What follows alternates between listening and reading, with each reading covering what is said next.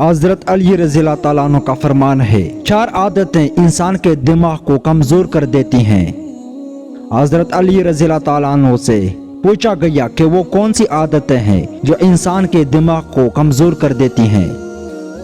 حضرت علی رضی اللہ تعالیٰ عنہ نے فرمایا جو انسان ان 4 عادتوں کو اپناتا ہے اس شخص کا دماغ کمزور ہو جاتا ہے۔ نمبر 1، جو بار بار تیز آواز سنتا ہے یا بار بار زور سے بات کرتا ہے۔ نمبر 2، انسان تھوڑی دیر بعد کھانا کھاتا ہے تو اس کا بھی دماغ کمزور ہو جاتا ہے۔ نمبر 3، جو انسان ایک ہی جگہ پر بیٹھا رہتا ہے، کوئی بھی جسمانی کام نہیں کرتا، سارا دن لیٹا رہتا ہے یا بیٹھا رہتا ہے تو اس کا دماغ کمزور ہونا شروع ہو جاتا ہے۔